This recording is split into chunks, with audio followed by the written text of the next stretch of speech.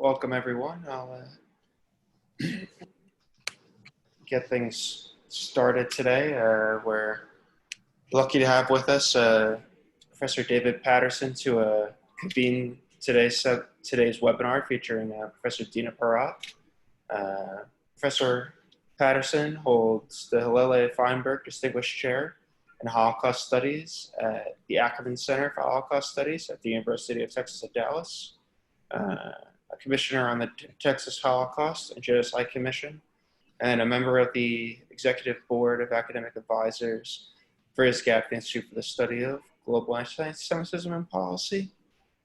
He's a winner of the National Jewish Book Award, the Koret Jewish Award, and the Holocaust Scholars Eternal Flame Award. And he's published more than 35 books and more than 220 articles, essays, and book chapters and topics in literature, philosophy, the Holocaust, and Jewish studies, with his forthcoming work being Shoah and Torah, as well as Elie Wiesel's Hasidic Legacy. And I'll now hand it over to Professor Patterson. Thanks so much, Ira. Welcome, everyone. I'm very pleased to have you all join us. It's my pleasure to be here on behalf of Charles Small, whom I'm sure you know, the head of ISGAP. We have with us today one of the world's leading scholars in study of anti-Semitism and the Holocaust, Professor Dina Porat, who is the head of the Kantor Center for the Study of Contemporary European Jewry. Dr. Porat has served as the head of the Department of Jewish History of the Rosenberg School for Jewish Studies, the Alfred Slanter Chair in Anti-Semitism and Racism, all these positions at Tel Aviv University. You may know Professor Porat currently to be the chief historian at Yad Vashem, a most distinguished position. Professor Porat is the recipient of numerous awards for her research, her many books. She's a winner of the National Jewish Book Award for her biography of Abba Kovner. She won the Bahat Prize for her recent book on Jewish revenge after World War II. She's a recipient of the Raoul Wallenberg Medal in 2012. She has been a visiting scholar at Harvard and Columbia here in the US. So we're very fortunate to have with us today, as I said, one of the world's leading scholars in these areas to share with us some of her thoughts on the question of whether the Corona-inspired anti-Semitism is a new phenomenon. And if you have questions, you can use your Q&A button at the bottom of your screen, and after Dr. Porat shares with us her thoughts about this, we'll have a Q&A session. Thank you. Dr. Porat, please. Thank you for having invited me. Thank you for this very kind introduction. And indeed, I chose this topic because this is a question that I believe is on many minds, not only on mine. And this has a relation. It is related to what is going on regarding Corona-inspired anti-Semitism. I think I should call it this way, Corona-inspired anti-Semitism. And my main question is whether this is a new phenomenon. We are all aware of it, reading, disgusted at the sight of the caricatures, looking at what is happening in demonstrations. The question is whether it is a new phenomenon. I would say for a start that once you look carefully at the contents of the expressions of this Corona-inspired anti-Semitism, these expressions continue former motives and also the image of the Jew. In these two regards, I do not think it's new. It is a continuation. And let me elaborate on this for a moment. One is, a first element takes you back to the Middle Ages, where Jews were accused of poisoning the wells during the Black Plague, etc. And there have been other accusations along Jewish history regarding poisoning up until the doctor's trial in Stalin's days. It's a constant motive. Another one is the attitude towards religious Jews, which right now, especially in the States, in Brooklyn, but as well in Israel as well, Mea Shearim, Bnei Brak, etc., there are expressions that blame Orthodox Jews for being careless, not being obedient, and not following the instructions, and the instructions are very clear, but they are not followed. And these expressions say that that religious Jews feel themselves part of the chosen people, so they are high above the following of regulations. It does not include them, it does not oblige them, and so they can go on infecting others because they are above. On the other hand, they are infected themselves. And what do they say about this? That religious Jews are being infected as a punishment for not having accepted Jesus Christ at the time. And as we know from Matthew, from the gospel, it says, Damo aleinu ve'al baneinu, his blood will be on us and on our children, which means that today's generations are being punished, not only those during Second Temple, for not having accepted Jesus. A third motive is it's not only the poisoning of wells and not accepting Jesus, being responsible, of course, for his crucifixion, but you also have a deviation, a mutation of the protocols of the elders of Zion nowadays, because many of the expressions put together are actually saying that Jews are undermining the welfare, the security, the stability of societies and countries in the world by diffusing the virus on purpose. And why is it so? Because these old protocols of the elders of Zion accusation of the wish to control the world is being again expressed and shown and demonstrated by Jews.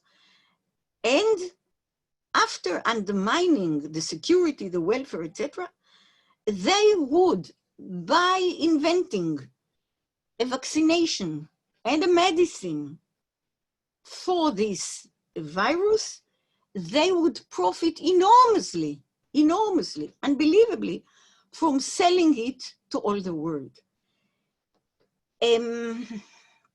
We are working on that in Israel, but in many other places, all the world is looking for a vaccination and for a medicine. But this accusation, the third motive, is very much there. There is also a continuation of anti-Zionist motives, according to which they have an expression which is called COVID-1948. 1948, the year Israel was established, and the connection of COVID-1948 means that Zionism, not just Jewish communities, not just religious Jews, but Zionism and the state of Israel are definitely involved in distributing the virus. And what are we supposed to gain from that? Weakening of the countries in the Middle East. Iran is very much vociferous on this topic. They say, look at us, We have thousands of people dead. And in Israel, just a few hundreds. Well, don't you understand the connection? Of course. They are spreading it among us, trying to weaken the Middle East, and so does Turkey, in which it is also, these expressions are definitely rampant. One more motive and continuation, but here I also see something new, to which I'll come in a minute, is using symbols and terms of the Holocaust. You know that now in Munich, it is forbidden to go on demonstrations with a yellow star on your shirt or on your arm. It has been used constantly. And why is that? An unvaccinated person is called the Jew, Jude, one who is spreading the virus because he's unvaccinated, and the Jew because he's a Jew. And so those who oppose vaccination go with yellow stars demonstrating their objection to vaccination by that. That's, well, and then there is this comparison of people being closed at home to Jews having been closed in ghettos. And the Arbeit macht frei, the famous writing over the gate of Auschwitz, is being used to say that when you are out of your prison at home or your camp at home, you are free, you are free. So, you know that the virus has a new name, which is called Holocaust. Holocaust and cuffing. And cuffing, holo-cuff. It's a new expression as well. Holo-cuff. And another one I saw, I couldn't believe my eyes, a banner in a demonstration, United States, I think it was Illinois, and it said, synagogues are closed, gas chambers are open. So it is the Holocaust motives are being used on a daily basis. Now, having said that, we are saying that the motives and the image of the Jew that they create are a continuation. But the question is also, it's twofold. One is there anything new about this phenomenon?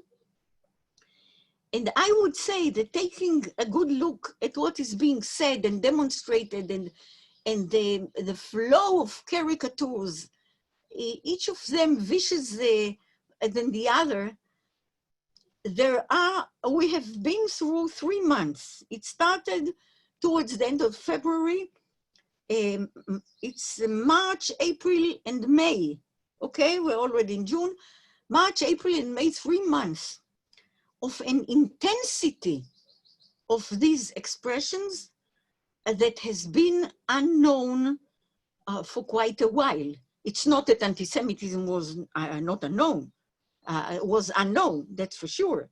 There is a rise. The ADL declared the highest rise in the United States.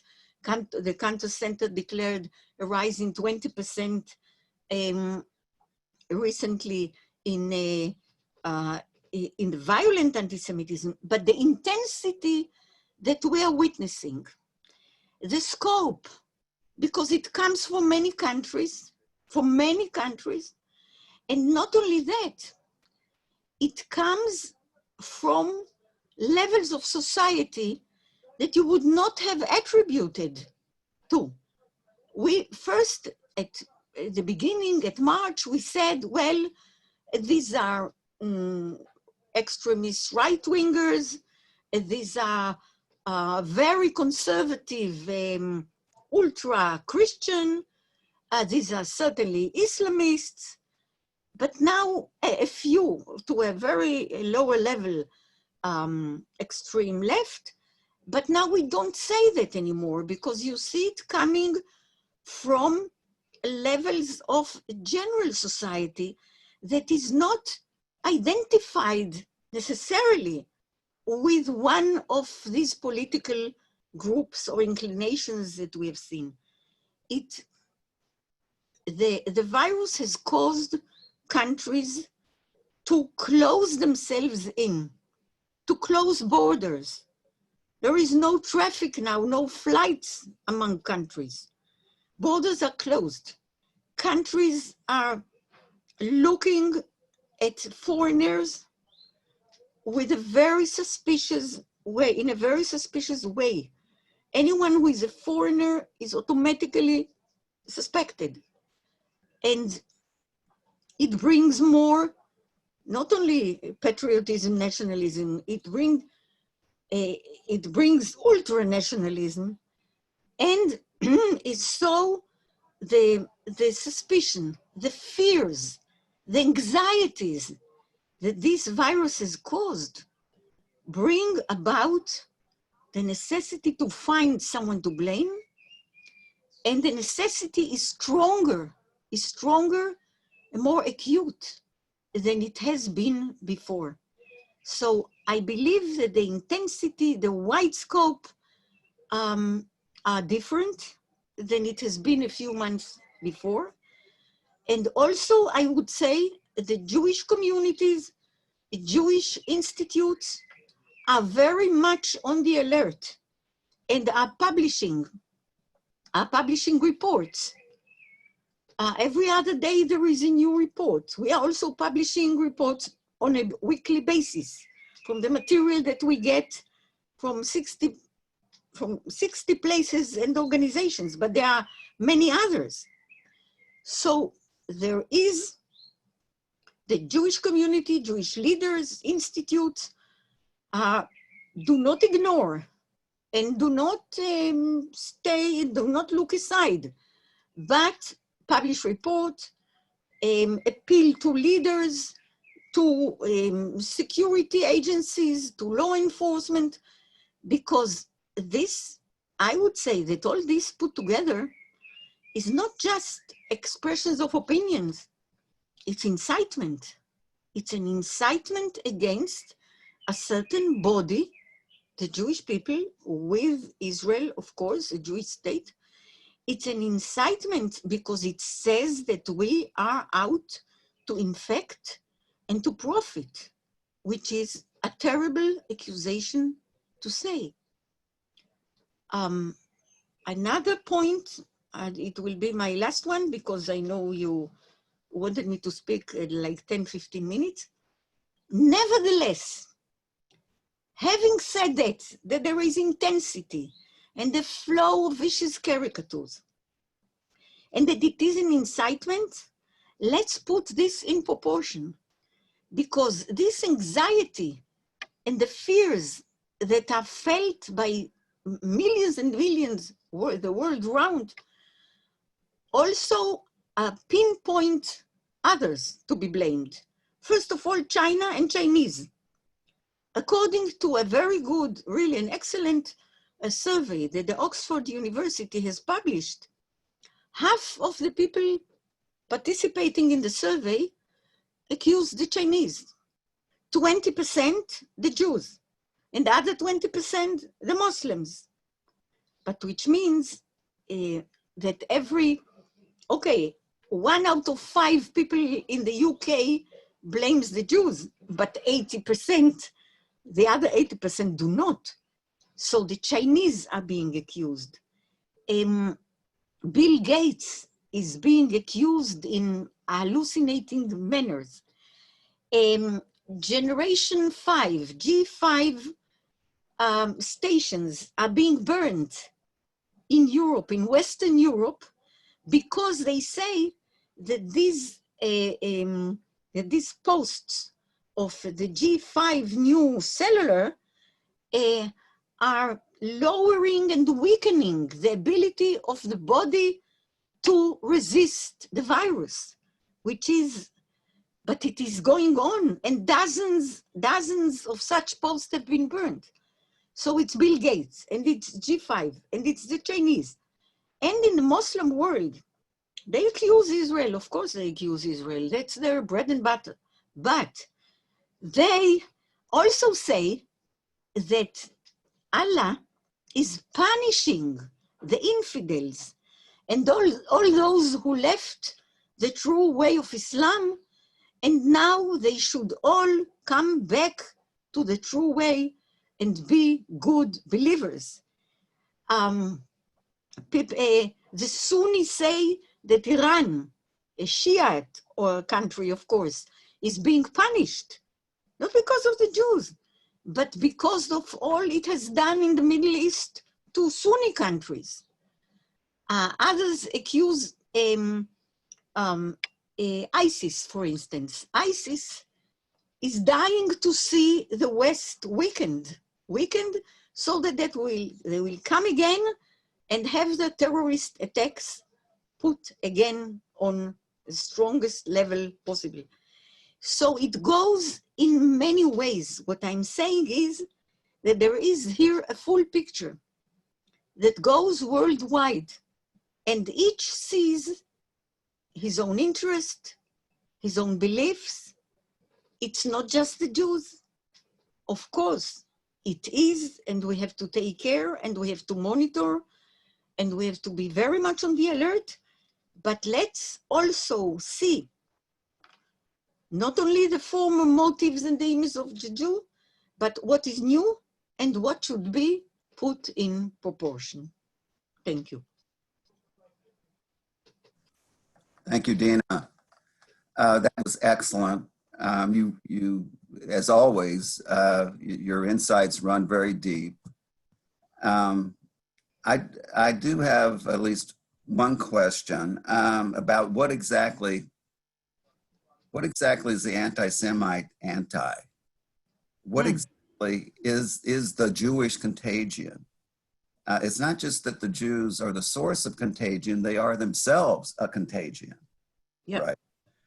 Now, Alfred Rosenberg, Nazi ideologue, once said that the Aryan Geist, the mind or the spirit, was poisoned not just by Jewish blood, but by Judaism, because the ism is the blood, like a disease. Judaism is a disease. And you did mention religious Jews being targeted. Yeah. Not just by non-Jews, but by some Jews too, right? Yes. Yeah. Because of not being careful enough. So is that, I mean, what is, do you see any connection here with Rosenberg's statement that the contagion is Judaism? And the Jews who spread Torah, who spread Judaism, who spread a certain way of thinking and teaching, and not just a virus, or for example. Yeah. You have thoughts about that? Well, thank you for the question. What you are saying, I believe, is that the Jews are not being looked at only as individuals, or even not just as a collective, but also as a kind of a spirit, a culture, a philosophy. Right. That is being attacked as well. And I think you're absolutely right, because the accusation is not just a biological or a practical one. They're running around and diffusing the virus. You know that from the United Emirates in the Gulf, there came an article saying Israel will find the solution. Israel, the Jewish mind, the Jewish brain, and they said it positively, the Jewish brain will bring us a medicine, a vaccination, etc. So what you see is not just biological practical accusations, but a certain perception of Jews as being thoughtful, as being very much connected to science, to modernity, of having capabilities that others do not have. And when you think a bit deeper about these protocols of the Elders of Zion, you also see that the Jews are being treated, or at least thought about, as an entity that is not just different, but that it has talents, mind, goals that go worldwide and are different than the others. With your permission, I'd like to mention Sure. that the vaccination against polio in the 1950s was found by two Jews, Right. Savin and Salk. And they refused to write it on the name, saying we wouldn't earn a penny from that. It belongs to the children of the world. But this has been forgotten. Yes. Let's go to some of the questions that are coming in. We have a question from Metin Delevi. He says, Okay. during the pandemic, the Soros conspiracies resurfaced. Yes. Sometimes he is attacked as a Jew. Other times he's attacked for his foundation. Even Netanyahu in 2018-19 and Mr. Trump's entourage sent some messages about Soros. The question is, how can one differentiate if it is anti-Semitism or something else? I suppose, or something political, maybe. Well, I guess the question is, how central is anti-Semitism in this reaction, and compared to other motives behind the reaction? Yeah. Well, it is certainly the attack on Soros that has been going on for a number of years now. Metin is absolutely right. Is definitely, first of all, on a political level, because in Hungary, where he originated, he is considered a very left liberal person supporting the Central European University, which is being harassed now by the Hungarian government. He is not a great lover of Israel. He's on the left side, or very left side, a very liberal-minded side of the political map. And as such, he's attacked from the right, okay? But I would say that this is just one level.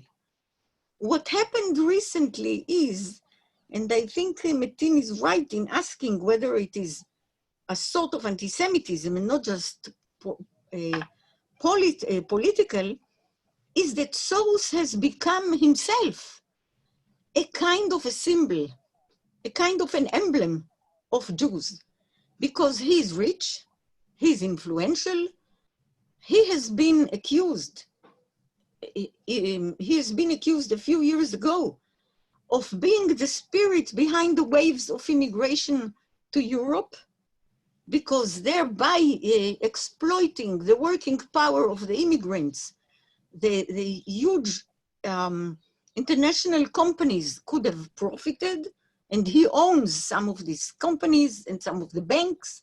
So he was accused for the wave of immigrants that not swept, but many came to Europe and started the political divisions, etc., etc. And today, it is all put together. It is all put together, and a person with his money, with his influence, is being accused today, definitely with anti-Semitic tones, no doubt, of manipulating the situation behind the scenes. And he has become a symbol of the behind the scenes manipulating Jew. Yeah. Yes, thank you. We have an interesting question from Andrea Spindel regarding the Chinese. Yeah. She says the dissident Chinese-owned newspaper, the Epoch Times, calls COVID-19 the Chinese Communist Party virus. Okay. Yeah. For this, they have been vilified as racist, in national media in Canada, Yet I have seen nothing at all exposing the anti-Semitic links to the virus by the media. What is the rationale for the mainstream media ignoring the spread of Jew hatred and blame for the virus? Okay, I think this question has like two parts. One is the Chinese, okay? Yes. I don't have to tell you, many of the accusations against China come from the United States. China is being accused whether it is communist or not. This is beside the point. The question is, as you know, where it started, at what time, and after how much time it was revealed and exposed to the world that there is such a virus in China, etc., etc. Chinese people are Chinese students are being beaten in schools, in universities, in streets. We got a report from Poland where Chinese, South Korean, whoever his eyes are like this, is being beaten. So it is very much there, and it is on the media, as this person, Spencer, who is asking the question, says, it is on the media. But I'm not sure he's absolutely right in saying that mainstream media ignores the corona-inspired anti-Semitism.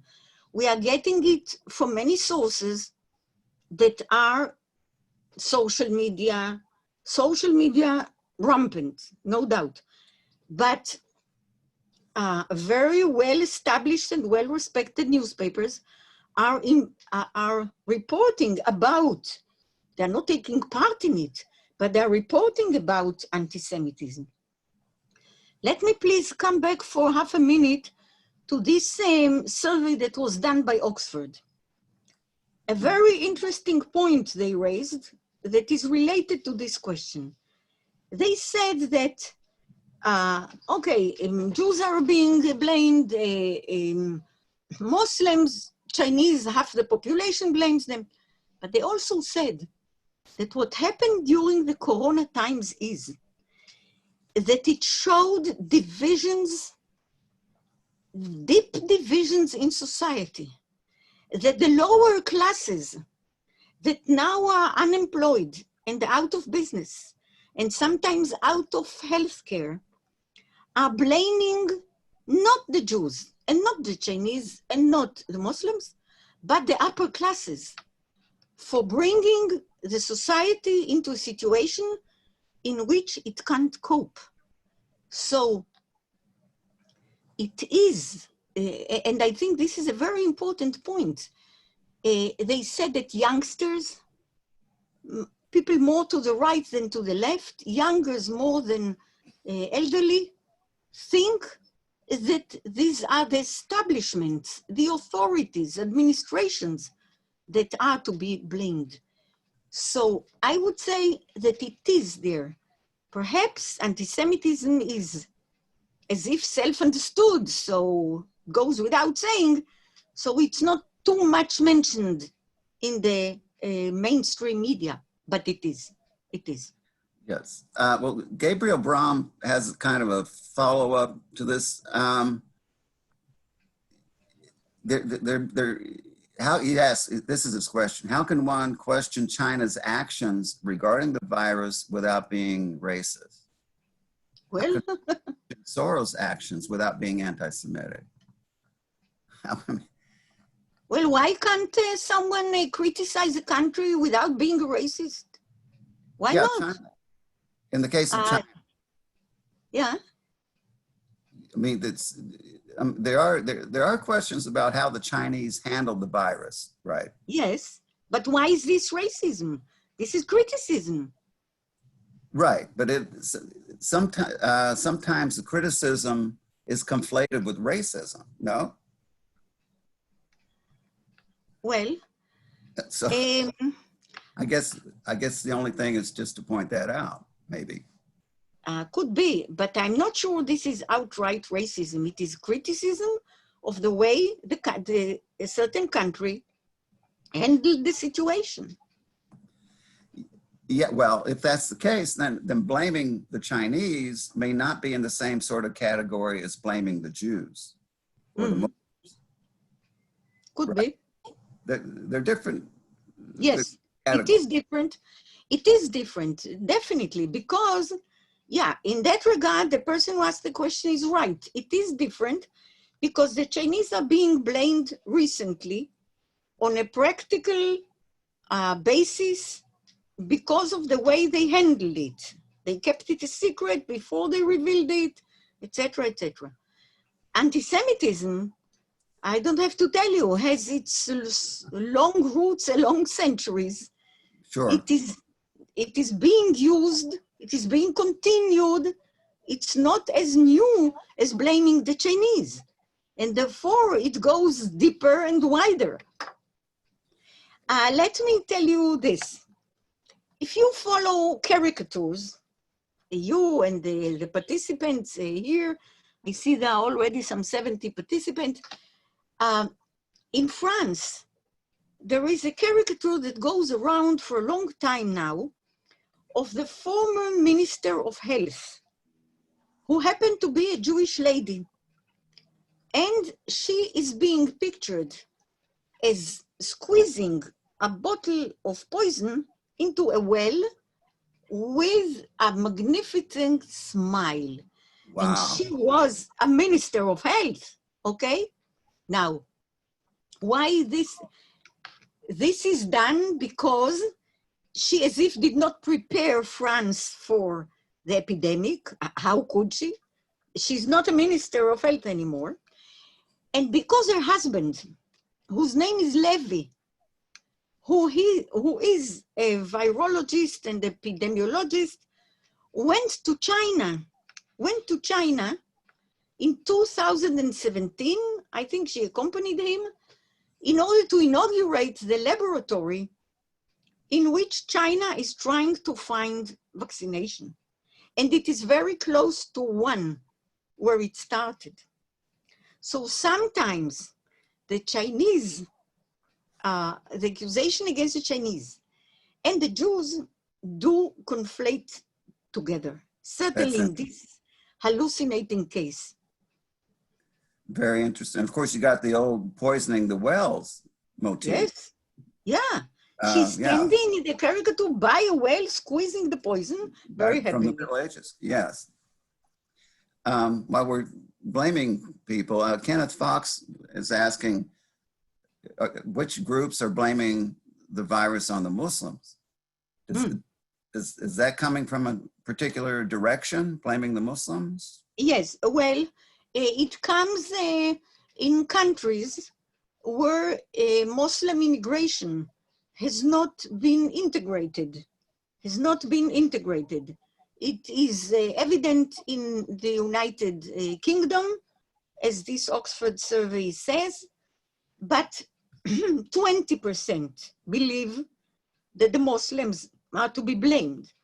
It also comes in Germany from the right, because again, it comes from where immigration has not been a settled question yet. It's not settled, they are not integrated, they are still foreigners, they are being blamed of trying to maintain their identity, teaching in the mosques in Arabic and not in the local language, etc., etc. So yes, but also I would like to say that one should see the whole picture, because many imams, Muslim imams, are saying that this is a punishment from Allah for all the infidels and those who left Islam, or at least the true way of Islam. So it's complicated. It's not just blaming the Muslims, but the Muslims themselves blaming their infidels for the situation. Yes, we haven't, you mentioned the Holocaust and yes. with the Holocaust. Anita Brahm has a question. She's asking, is ignorance of the Holocaust linked to this type of anti-Semitism? Yeah, that's a very, yeah. All the questions were very good, and this one too. Thank you. Yes, I think so. We are now, I don't have to tell you, 75 years after the end of World War, Second World War, and it's the third generation that lives now, third generation after the Holocaust. And not a lot is being taught. Now, last week, President Trump signed the Never Again Education Act, you know, about Yes. teaching, about having to teach the Holocaust.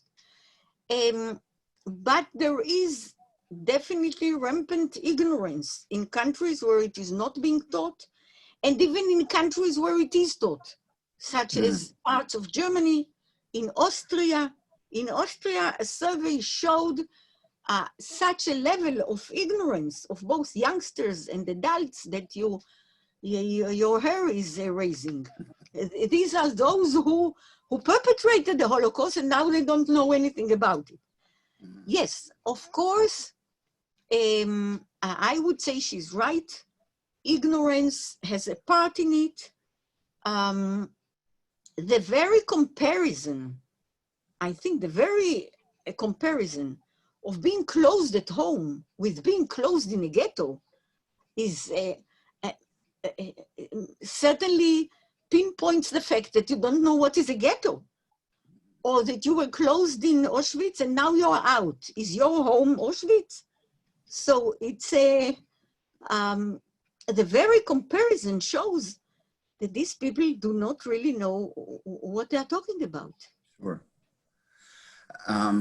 Also related to the Holocaust, Professor Asher Matatias writes the following. He says, as a survivor of the Holocaust of Greek Jewry, I'm keenly aware of the country's embedded institutional anti-Semitism, even as I follow Greek media in America and in my native land, Greece, who's the lone European opponent of Resolution 181, 1947. Anyway, there's a conspiratorial approach to their belief that Soros, Gates, even Kissinger and the Rothschilds are behind COVID-19 pandemic and the search for mind control through the invention of corona vaccine. And the question is, it's kind of an old one. How does one confront such nonsense, insanity, and indecency? How do we respond to this? Yeah. How old is Kissinger by now, if I may ask? Kissinger. How is Kissinger? No, how old? How old? He must be 90. 90. Well, and the Rothschilds are not that active. Well, that's a question. That's definitely a question. How do you confront? He's 97. 97. He's 97. Who? Kissinger? Kissinger is 97. No, he's 97. Okay, he can't be too active in spreading the virus. But that's a question, because we said, and we can see that Jewish communities, leaders, institutes, monitoring agencies are not just sitting down and watching this happen. They monitor, they publish reports, they notify each other, they notify authorities. When it crosses lines, they go to the law enforcement agencies. There is a Jewish reaction. But how, the question I think goes deeper. How do you take it out of people's minds? I thought, perhaps I was wrong, I don't know yet.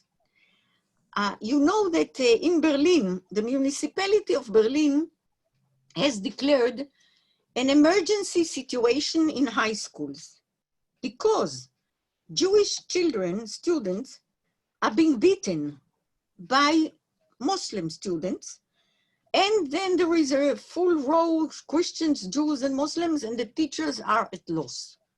So an emergency situation has been declared. And the question to many scholars, etc., was, okay, what do we do? I had a suggestion, and this is that in such classes, or to people who are spreading such opinions, the Rothschild, the Kissinger, etc., can be perhaps approached and can study something about Judaism. It's not only that they don't know anything about the Holocaust. They don't know what is Judaism, who the Jews really are. They have, many times they have never met a Jew.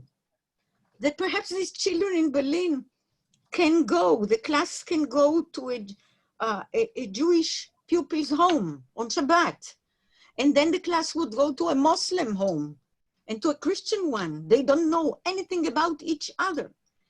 Ignorance is not rampant just regarding the Holocaust, but regarding the entire concept of Judaism, of who we really are. And if I may offer, free of charge, a definition of anti-Semitism, I would say, in answer to this question, that the essence of anti-Semitism is the discrepancy between what Jews really are and between what the anti-Semitic imagination thinks they are. Thank you. You mentioned that the manifestation of anti-Semitism with regard to the virus is coming from levels of society that Yes. are not on, the lunatic fringe or, Yes. white supremacists and, the uneducated, ignorant, and so on. In previous webinars that we've had, we have touched on the matter of anti-Semitism in colleges and universities, Mm-hmm. Especially North America, Western Europe, and other places. Yeah. It comes from very highly educated people in many cases. So Yeah. we have a question along this line from Eric Seidel. He says, in recent ISGAP sessions, we've heard how academia, especially in North American colleges and universities, nurtures anti-Semitism. How much of the current virus-related hate do you believe or have heard is originating or being validated in these university classrooms? Mm. Do the universities have any connection with this manifestation of anti-Semitism? Okay. Let me first quote Herzl's diary. Herzl came to be, noticed anti-Semitism, was affected by it and insulted by it, not just by the Dreyfus case, as we are used to believe, that when he saw what is happening to Dreyfus, he turned a Zionist and decided we need a Jewish state. He began looking at anti-Semitism when he read one of Germany's first and foremost anti-Semites, Dühring. And he read his book and he wrote in his diary, excellent German. It is written in excellent German.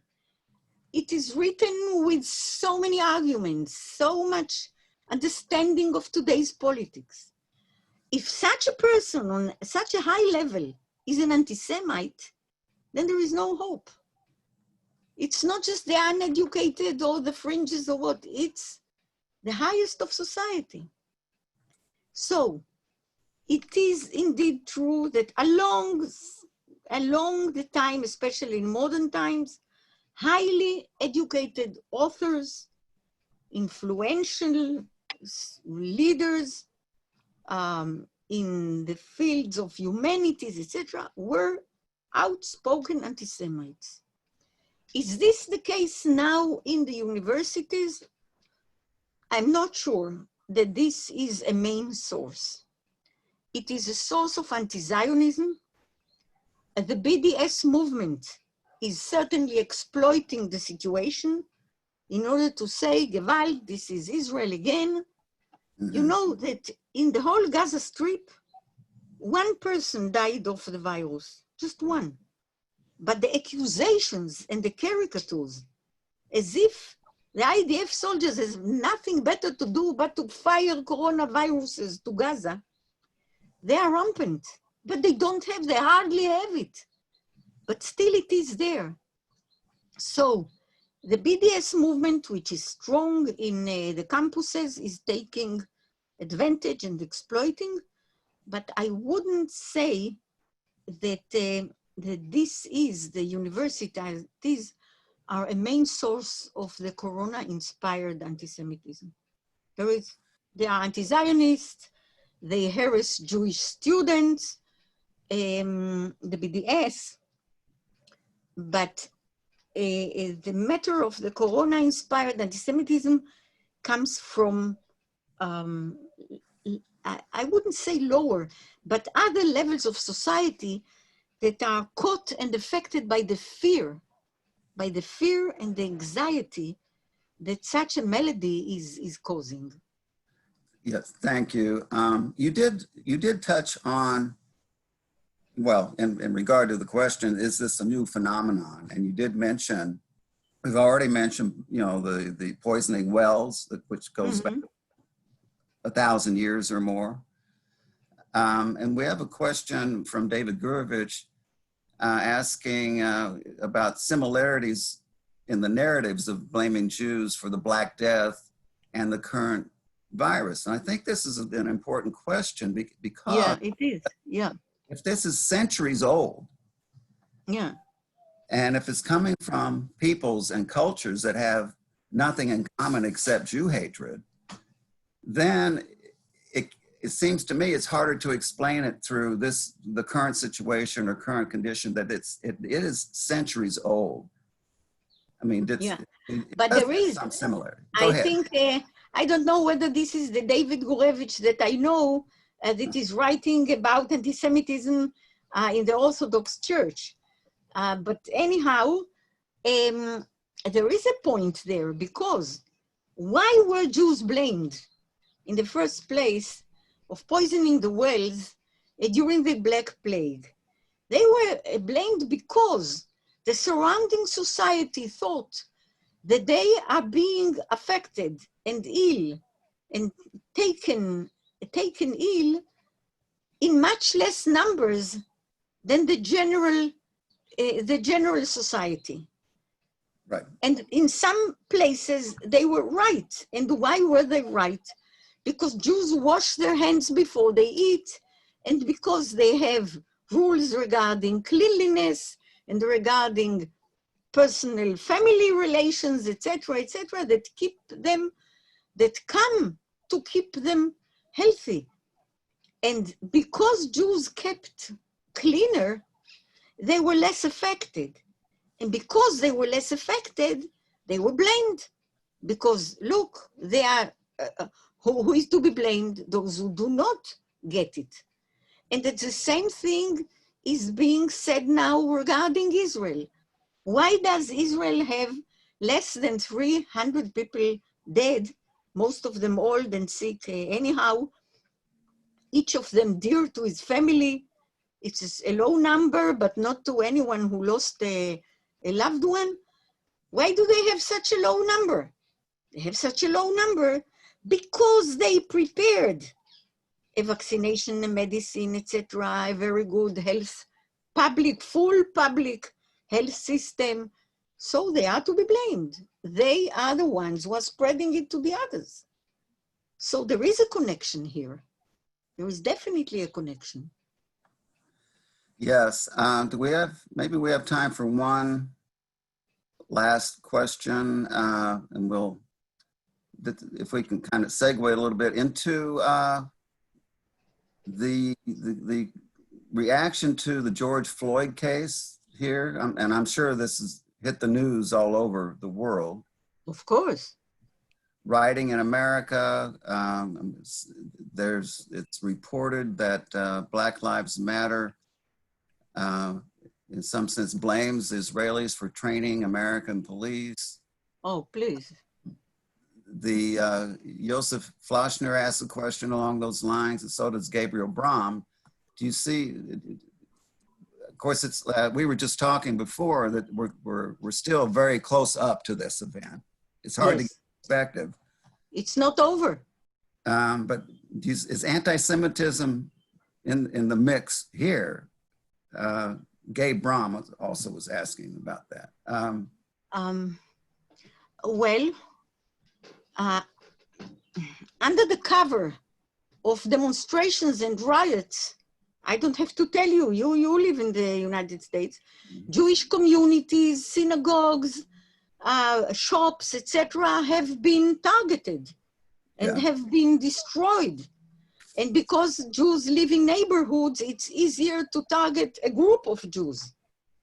And there is this, it was all over the press and the radio in Israel that a rabbi took the Torah scrolls from a synagogue home so that they would not be damaged. Okay. So under this cover of general riots, demonstrations, etc., Jews were hurt, damaged, attacked, no doubt. But it is not specific. It's not specifically Jews. I don't have to tell you again. The riots and the damage is all over. What was also on the Israeli press, of course, is this accusation that the American police and the cruelty that sometimes policemen show against black people, certainly in the horrible case of this Mr. Floyd, where the policeman is standing with his hands in his pockets while he's strangling a person. Mm-hmm. And they said that American police was trained by Israeli police. Well, what can we say? We can say that there are contacts among the two polices, but they they exist in order to face terrorism and how to find intelligence, good intelligence about terrorism, and against ISIS, not against people and not methods to kill people. The police here is not killing anyone, almost. So it happens here as well, but to a very low degree. So this is really, this is something that you really cannot swallow. There are contacts, but they are because of terrorism, a common struggle against terrorism, and finding common ways to have better intelligence. Yes, Professor Dina Porat, thank you so much. I think we're out of our time today. This has been excellent, as always. You've provided us many insights and raised some excellent questions for us to continue to pursue. I want to personally thank you. Thank you. On behalf of myself and of ISGAP. And I want to thank Ira Lieberman for putting this together today. Let me thank you on behalf of ISGAP as well. Thank you, Professor Porat and Professor Patterson, for putting together this very important webinar and letting us appreciate how so many of the past strands of anti-Semitism we can still see reverberate in these modern times around the coronavirus. And just want to let everyone know in the audience that we will be reconvening again on Wednesday. Dr. Jack Gauthier will be speaking on the sources of Israel's territorial sovereignty over Jerusalem and its historical homeland under international law. And I'll be at the same time, 11 a.m. Eastern, 6 p.m. Israeli time on this Wednesday, June 10th. Thanks again for joining us, and I hope to see you all then. Excellent. Thank you very much. Be well. Thank you, David, very much. Thank you, Dina. Good to see you. Thank you. Bye, everyone.